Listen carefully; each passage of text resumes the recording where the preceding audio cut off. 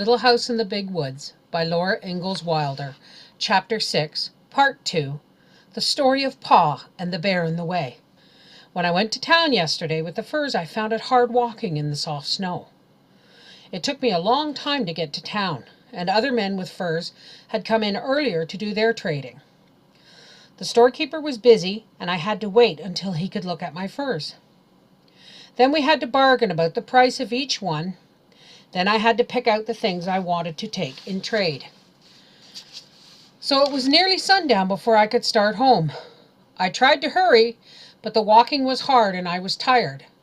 So I had not gone far before night came, and I was alone in the big woods without my gun. There was still 6 miles to walk, and I came along as fast as I could. The night grew darker and darker. I wished for my gun because I knew that some of the bears had come out of their winter dens. I had seen their tracks when I went to town in the morning. Bears are hungry and cross at this time of year. You know, they have been sleeping in their dens all winter long with nothing to eat, and that makes them thin and angry when they wake up. I did not want to meet one. I hurried along as quick as I could in the dark. By and by the stars gave a little light. It was still black as pitch where the woods were still thick, but in the open places I could see dimly. I could see the snowy road ahead a little way, and I could see the dark woods standing all around me. I was glad when I came to an open space where the stars gave me this faint light. All the time I was watching as well as I could for bears.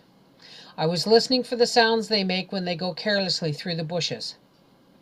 Then I came again into an open place, and there, right in the middle of my road, I saw a big black bear. He was standing on his hind legs looking at me. I could see his eyes shine. I could see his pig snout. I could even see one of his claws in the starlight. My scalp prickled and my hair stood straight up. I stopped in my tracks and stood still. The bear did not move. There he stood, looking at me. I knew it would do no good to try and go around him. He would follow me into the dark woods, where he could see better than I could. I did not want to fight a winter-starved bear in the dark. Oh, how I wished for my gun. I had to pass that bear to get home. I thought that if I could scare him, he might get out of the road and let me go by. So I took a deep breath, and suddenly I shouted with all my might and ran at him, waving my arms. He didn't move. I did not run very far toward him, I tell you. I stopped and looked at him, and he stood looking at me. Then I shouted again. There he stood. I kept on shouting and waving my arms, but he did not budge. Well, it would do me no good to run away. There were other bears in the woods. I might meet one any time.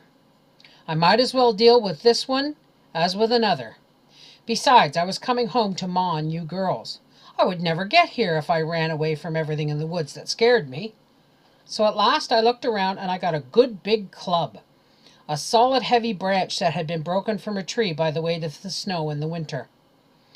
I lifted it up in my hands and I ran straight at that bear.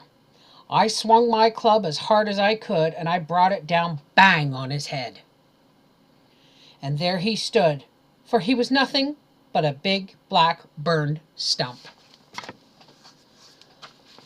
I had passed it on my way to town that morning. It wasn't a bear at all. I only thought it was a bear because I had been thinking all the time about bears and being afraid I'd meet one.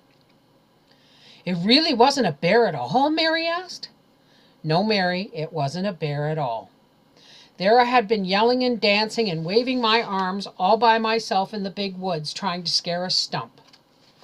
Laura said, ours was really a bear, but we were not scared because we thought it was Suki. Pa did not say anything, but he hugged her tighter. Ooh, that bear might have eaten Ma and me all up, Laura said, snuggling closer to him. But Ma walked right up to him and slapped him, and he didn't do anything at all. Why didn't he do anything? I guess he was too surprised to do anything, Laura, Pa said. I guess he was afraid.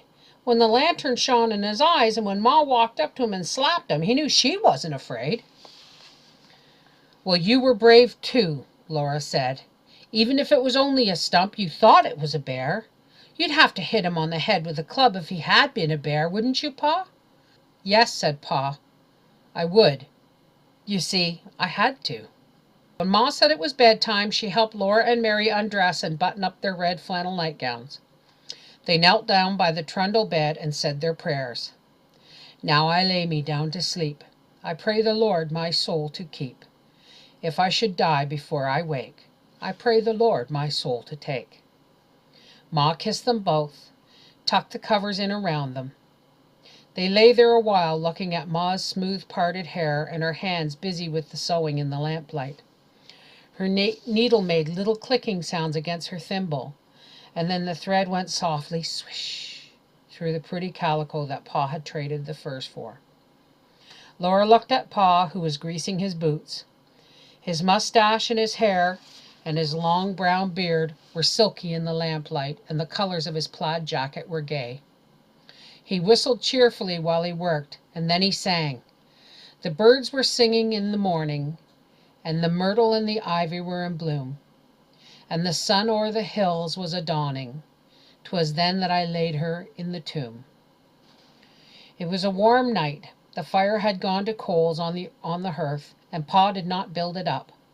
All around the little house in the big woods there were little sounds of falling snow, and from the eaves there was the drip, drip of melting icicles. In just a little while the trees would be putting out their baby leaves, all rosy and yellow and pale green. There would be wild flowers and birds in the woods. Then there would be no more stories by the fire at night, but all day long Laura and Mary would run and play among the trees, for it would be spring.